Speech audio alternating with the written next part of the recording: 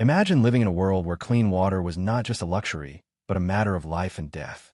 In ancient times, the availability of safe drinking water was one of the most critical challenges faced by civilizations. Without modern sanitation systems or advanced purification technologies, people had to rely on natural sources like rivers, lakes, and wells, many of which were contaminated with bacteria, parasites, and other harmful substances. Waterborne diseases such as cholera, dysentery, and typhoid fever were rampant, claiming countless lives every year. Children under 5 were particularly vulnerable, with many dying from dehydration caused by diarrhea. Even those who survived often suffered lifelong health problems due to repeated exposure to polluted water. But how did ancient people cope? They developed ingenious methods to purify their water, using materials and techniques available to them. From simple filtration to more complex processes, these early methods laid the foundation for modern water purification practices. Let's explore 10 ancient techniques that helped people survive in a world without clean water. In a world without modern chemistry or microbiology, ancient people still managed to understand one basic truth. Boiling water made it safer to drink. It wasn't about science in the way we know it today, but rather observation and survival instinct. When people noticed that drinking boiled water led to fewer stomach illnesses, they started making it a habit. The earliest known records of boiling water for purification come from ancient India and China, dating back over 4,000 years. Hindu texts from around 2000 BCE mention heating water as a way to purify it, often describing the process as a ritual to cleanse both body and spirit. In ancient China, during the Shang dynasty, people used bronze vessels to boil water before drinking it, believing it improved its taste and health benefits. Boiling water was not just a practice of the elite. It spread across communities where illness from contaminated water was common. Villages near rivers or lakes, where stagnant or polluted water sources were unavoidable, relied on fire to make their water safe. Pots made from clay or metal were placed over open flames, and while the process was time-consuming, it became a trusted method for families, especially when someone fell ill after drinking untreated water. What made boiling so effective was its ability to kill harmful microorganisms long before people even knew germs existed. Without refrigeration or chemical treatments, this simple act saved countless lives. Even in places like ancient Rome, where aqueducts brought fresh water into cities, boiling was still used by those who suspected their supply had been tainted. So next time you take clean water for granted, remember, thousands of years ago, survival often came down to little more than fire, patience, and a pot. Before modern water filters, before even the concept of bacteria, ancient people discovered something remarkable. If you poured dirty water through layers of sand and gravel, it came out clearer. This simple yet effective method was one of the earliest forms of water purification, used by civilizations across the world for thousands of years. The principle behind this technique is surprisingly advanced for its time. As water flows through sand and gravel, tiny particles like dirt, leaves, and other debris get trapped in the small spaces between the grains. The top layer of sand acts as a mechanical filter, catching large impurities, while deeper layers help remove finer contaminants. Over time, a biological layer of microorganisms also develops on the surface of the sand, which can break down organic matter and further purify the water. One of the earliest known uses of sand filtration dates back to ancient India and Greece. Hindu texts from around 2000 BCE describe using layers of sand and charcoal to clean water, recognizing that this process improved both taste and clarity. Aristotle, too, wrote about filtering water through sand to make it more drinkable during long journeys. But it was the Romans who truly mastered this technique, incorporating large-scale sand filtration systems into their aqueducts and public water supplies. Roman engineers built massive basins filled with carefully layered sand and gravel. Water would slowly pass through these basins before reaching cisterns and fountains, ensuring that at least some of the visible contaminants were removed. These early sand filters were often placed near major water sources or integrated into city infrastructure, providing cleaner water for drinking, bathing, and even irrigation. Despite its simplicity, sand filtration had a lasting impact. Even today, variations of this method are still used in many parts of the world, especially in areas where access to modern filtration systems is limited. It's a testament to how much ancient people understood, not through science, but through observation, necessity, and survival. So next time you pour yourself a glass of clear water without a second thought, remember, someone thousands of years ago figure out how to turn muddy puddle water into something safe enough to drink. Before the invention of chemical disinfectants or modern filtration systems, ancient people discovered a powerful weapon against contaminated water: sunlight. It may sound surprisingly simple, but long before we understood germ theory, early civilizations realized that leaving water in the sun could make it safer to drink. This method, known today as solar water disinfection or SODIS, relies on the natural ultraviolet (UV) radiation from the sun. UVA rays penetrate harmful microorganisms like bacteria, viruses, and parasites, damaging their DNA and preventing them from reproducing. At the same time, sunlight increases the temperature of the water, which enhances the disinfecting effect. One of the earliest known uses of this technique comes from ancient India, where texts dating back over 2,000 years describe the healing power of sun-exposed water. Ayurvedic medicine, one of the oldest medical systems in the world, recommended exposing water to sunlight for purification, recognizing its ability to improve both clarity and safety. In ancient Egypt, sunlight was also revered not just for its spiritual significance, but for its practical use in daily life. Archaeological evidence suggests that Egyptians stored water in clear glass or clay vessels and left them under the sun to purify it before drinking. This practice was especially common in desert regions, where clean water sources were scarce and contamination was a constant threat. The Greeks and Romans later adopted similar practices. Greek soldiers carried water in transparent containers and placed them in the sun before drinking, especially during long campaigns where access to fresh water was limited. Roman engineers, who were already pioneers in water infrastructure, occasionally used sunlight as an additional step in water treatment, particularly in small settlements or military outposts. Even in parts of Africa and South America, indigenous communities used natural solar exposure to clean their water. In the Andes, for example, villagers would spread water-filled gourds across stone surfaces exposed to direct sunlight, allowing nature to do the work of purification. What's remarkable about this method is that it required no special tools, chemicals, or complex technology, only a container and patience. And while it didn't remove visible dirt or heavy metals, it significantly reduced the risk of waterborne diseases caused by microbes. Today, solar disinfection is still used in developing countries where access to clean water is limited. Organizations promote the SODIS method using plastic bottles placed in direct sunlight for 6 hours, proving that this ancient knowledge remains relevant even in the modern age. So next time you see sunlight streaming through your window, remember, thousands of years ago, it wasn't just lighting up homes, it was quietly saving lives. Before modern activated carbon filters, before even the word chemistry existed, ancient people discovered that charcoal could clean water. Not just make it look clearer, but actually improve its taste and safety. This method was based on simple observation. People noticed that water stored in charred wooden barrels or poured through crushed charcoal tasted better and sometimes even caused fewer stomach problems. They didn't know about microscopic pollutants or chemical absorption, but they understood results. And so they kept using charcoal for centuries. One of the earliest known records comes from ancient Egypt, dating back to around 1500 BCE. Archaeologists have found evidence of water purification vessels lined with charcoal, used not only for drinking water, but also for religious rituals. The Egyptians believed that pure water had spiritual significance, and charcoal helped them achieve that goal.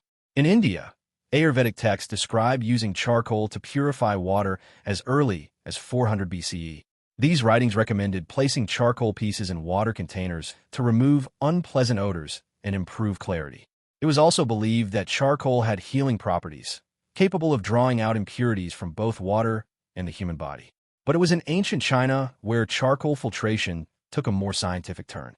By 200 BCE, Chinese scholars were experimenting with different types of charcoal to see which ones worked best for removing bitterness and cloudiness from water. They found that certain woods, when burned slowly and turned into charcoal, were particularly effective at trapping unwanted particles. Charcoal's effectiveness lies in its porous structure. When wood is burned without enough oxygen, it doesn't fully turn to ash. Instead, it becomes a lightweight black material full of tiny holes. These pores act like traps, capturing impurities such as organic compounds, chlorine, and bad smells. This process is now known as adsorption, but thousands of years ago, it was simply known as magic water cleaning. Even in medieval Europe, charcoal was used by apothecaries and alchemists who wanted to purify liquids for medicinal purposes. Monks in monasteries would filter wine and vinegar through charcoal to improve their taste and clarity.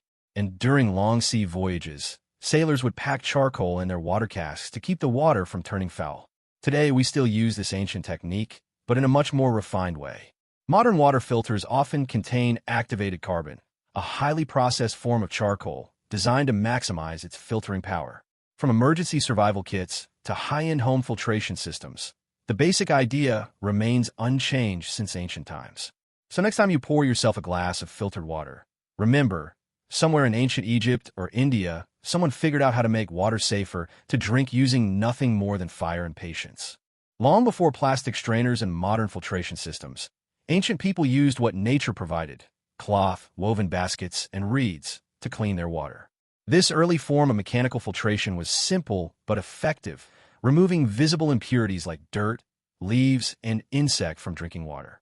The idea was straightforward. Pour water through a piece of fabric or a bundle of tightly packed plant fibers, and the larger particles will be caught in the weave while cleaner water passed through. It wasn't about killing bacteria or removing chemicals. That knowledge was still thousands of years away, but made water look clearer and taste better, which was enough for many ancient societies. One of the earliest known uses of this method comes from ancient Egypt and Mesopotamia. People there used linen cloths to strain water before drinking, especially when they were traveling or living in areas where water sources were muddy or filled with debris. These linen filters were often reused, washed, and stored carefully, a valuable tool in a world where clean water was scarce. In India, the practice of filtering water through cloth was part of daily life. People would fold a piece of cotton fabric several times and use it to strain water collected from wells or rivers. This technique was not only practical, but also deeply rooted in religious rituals, where purified water was considered essential for spiritual cleanliness. Across Africa and South America, indigenous communities developed similar methods using local materials. In the Andes, people used layers of woven grasses and reeds to trap sediment before drinking water. In parts of West Africa, villagers lined containers with woven palm leaves or moss to catch floating debris. These techniques didn't require advanced tools, just an understanding of how materials interacted with water.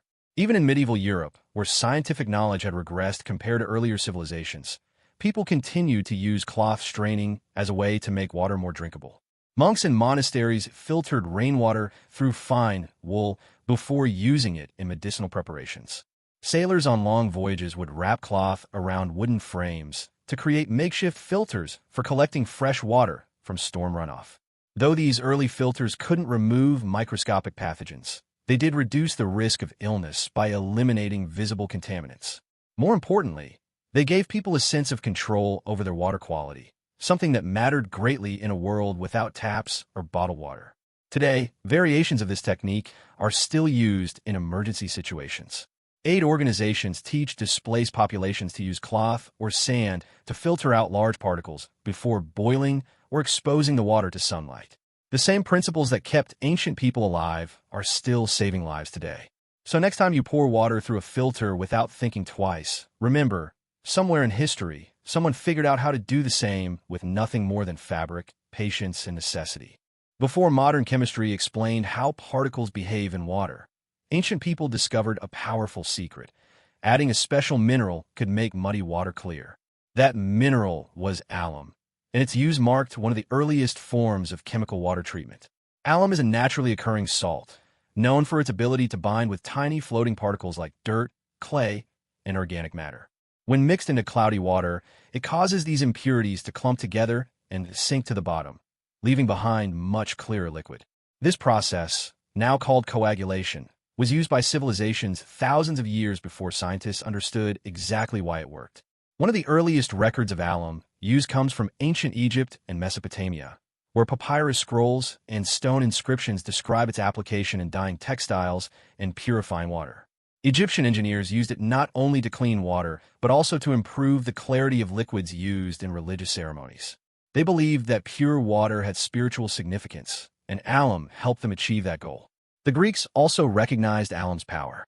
The famous physician Hippocrates wrote about using it to clarify drinking water, noting that it removed what he called floating filth. He even recommended filtering the treated water through charcoal or cloth afterward, combining multiple purification methods for better results. But it was in ancient Rome that alum became widely used on a large scale. Roman engineers incorporated it into their vast water systems, treating water before it entered public fountains and baths. They built massive settling basins where water would sit after alum was added, allowing time for impurities to drop out before distribution. These early water treatment practices were surprisingly advanced for their time. In India, Ayurvedic texts from around 400 BCE also mention alum as a way to clean water. It was often combined with other natural substances like sand and charcoal to create multi-stage filtration systems. Some Indian communities continued using this method well into the 19th century, long before modern water treatment arrived. Even in medieval Europe, knowledge of alum persisted despite the general decline in scientific progress.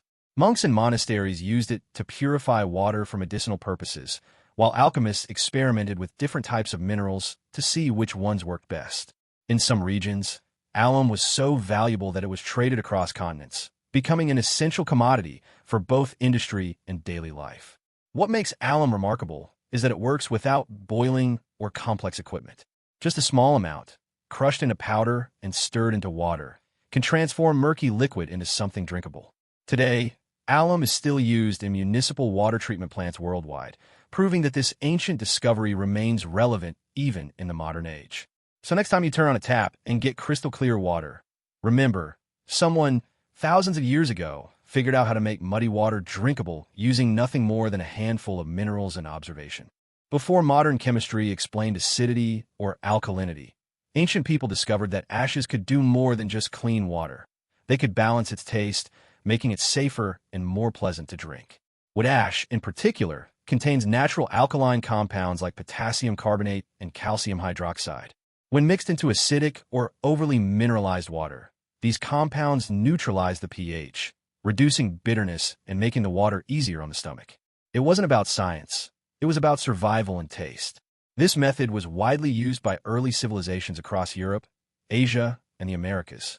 In ancient China, records from as early as 300 BCE describe using wood ash to treat well water that had a sour or metallic flavor. Chinese farmers would place small bundles of burned plant material into water storage containers, improving the quality of drinking water during dry seasons. In India, Ayurvedic texts also mention the use of plant ashes to purify water. These writings recommended mixing finely ground ash with water before filtering it through cloth or sand, combining multiple purification techniques for better results. The belief was that not only did ash remove unpleasant tastes, but also balance the body's internal energies. Native American tribes used similar methods long before European settlers arrived. Many communities stored water in clay pots lined with a thin layer of wood ash, allowing impurities to settle while improving the water's overall quality. Some groups even developed rituals around this process, treating it as both a physical and spiritual act of cleansing. Even in medieval Europe, where scientific progress had slowed compared to earlier civilizations, knowledge of ash purification persisted. Monks and monasteries experimented with different types of burned wood to see which ones worked best for softening hard water used in brewing and cooking. Sailors on long voyages carried sacks of ash to treat brackish water collected from rivers or rain catchments. What made this method so effective was its simplicity. Unlike boiling or sand filtration, adjusting pH with ashes required no fire or complex tools, just a handful of burnt material stirred into water. Though it didn't kill bacteria or remove heavy metals, it made water more palatable and reduced digestive discomfort caused by acidic or overly hard water.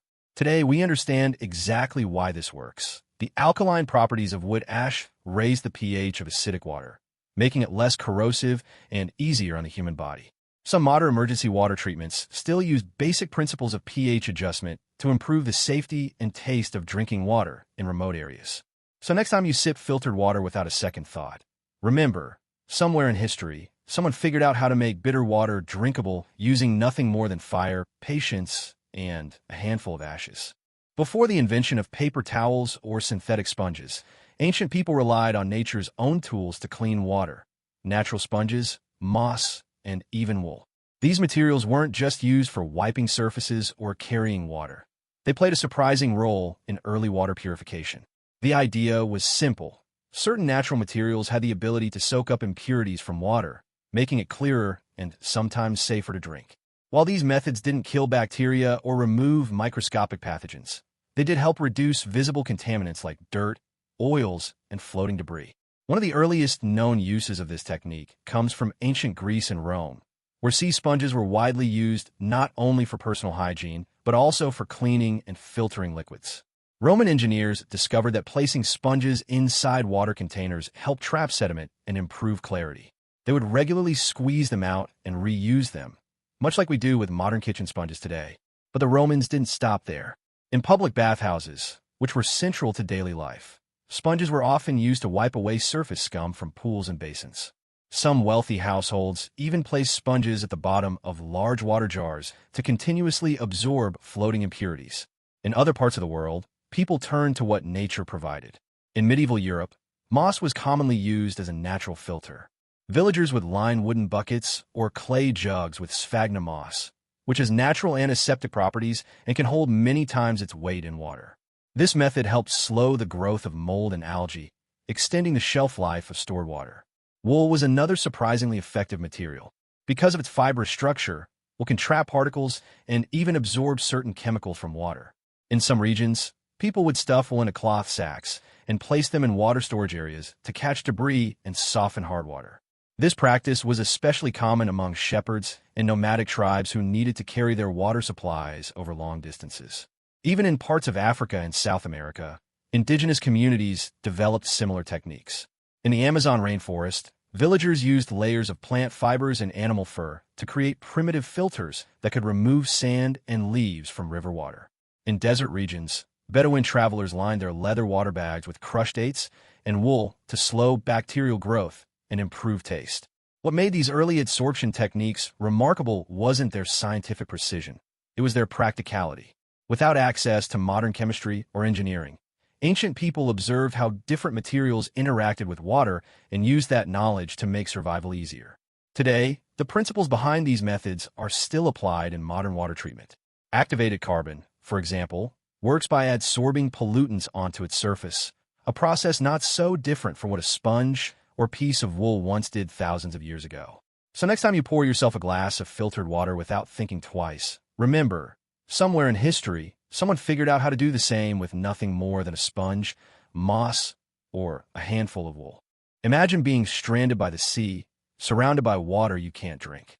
That's a reality many ancient sailors and coastal communities faced. Seawater was abundant, but its high salt content made it deadly to consume directly. Yet, long before modern desalination plants or survival guides, people found ways to turn salt water into something drinkable. The process wasn't simple, it certainly wasn't fast. But necessity is the mother of invention. And when fresh water ran out on long sea voyages or in arid coastal regions, people had no choice but to experiment. One of the earliest known methods of desalination comes from ancient Greece and Rome. Sailors would pour seawater into clay pots and heat them over open flames. As the water boiled, steam would rise and condense on the inside of the pot's lid or a sloped surface where it could be collected as fresh water. This early form of distillation relied on basic principles of evaporation and condensation, concepts that wouldn't be fully understood until centuries later. In parts of the Middle East and North Africa, desert dwellers developed their own versions of this technique. They built rudimentary solar stills using stone basins lined with charcoal or sand to help trap salt crystals. Water would slowly evaporate under the intense sun, leaving behind salt deposits while the purified vapor condensed on cooler surfaces at night. Even in ancient India and China, records describe techniques for making seawater safer to drink. Indian fishermen used layers of sand and cloth to filter out some of the salt before boiling the water to remove more impurities. Chinese scholars experimented with different materials to improve the efficiency of salt removal, sometimes using wool or moss to absorb minerals before heating the remaining liquid. Of course, these early desalination methods weren't perfect. They required time, fuel, and careful handling. The amount of fresh water produced was often small, barely enough to sustain a few people for a short period. And without proper knowledge of bacteria or chemical contamination, there was still a risk of illness. But what makes these efforts remarkable is how they showed human ingenuity in the face of extreme hardship. People didn't just accept death by dehydration. They looked at the ocean and asked, how can I survive? Even in medieval Europe, knowledge of salt removal persisted despite the general decline in scientific progress. Monks in monasteries recorded water purification techniques that included boiling seawater and collecting the vapor. Sailors on long voyages carried ceramic distillation devices aboard ships, knowing that running out of fresh water meant almost certain doom. Today, we use advanced technologies like reverse osmosis and multi-stage flash distillation to produce massive amounts of fresh water from the sea. But the fundamental idea remains unchanged since ancient times. Water can be transformed through heat, time, and patience. So next time you take a sip of clean drinking water without a second thought, remember, somewhere in history, someone figured out how to make seawater safe using nothing more than fire, clay, and determination. From boiling water over open flames to using charcoal, sand, and even sunlight, ancient civilizations found remarkable ways to purify their water, not with science, but with observation, necessity, and survival instinct. These methods weren't perfect by today's standards. They couldn't remove every microscopic pathogen or chemical contaminant, but they did something incredibly valuable. They gave people a fighting chance in a world where clean water was scarce and disease was everywhere. What's fascinating is that many of these techniques didn't just disappear with time. They evolved. Today, we still use sand filtration in municipal water treatment plants. We rely on activated carbon, the modern version of ancient charcoal, in household water filters. Solar disinfection is promoted in developing countries as a simple, cost-effective way to make water safe to drink. Even alum, used thousands of years ago to clear muddy water, remains a key ingredient in modern water purification systems. These ancient discoveries remind us that innovation doesn't always come from laboratories or high-tech equipment. Sometimes it comes from necessity, from someone centuries ago who looked at a bowl of dirty water and asked, how can I make this better? As civilizations rose and fell, the need for clean water remained constant. Whether you were a Roman engineer designing aqueducts, an Egyptian priest purifying sacred water, or a medieval monk filtering wine through wool, you were part of a long tradition of human ingenuity. Today, we take clean water for granted. We turn on a tap and expect crystal-clear liquid to flow without a second thought. But behind that convenience lies a legacy built by countless generations before us. People who figured out how to survive with nothing more than fire, patience, and a handful of natural materials. So next time you pour yourself a glass of water, remember, somewhere in history, someone fought for that same drop. And they did it without electricity, without chemistry, and without knowing the first thing about bacteria. They just knew one thing: clean water meant life. And that understanding has carried us forward from the past all the way into the future.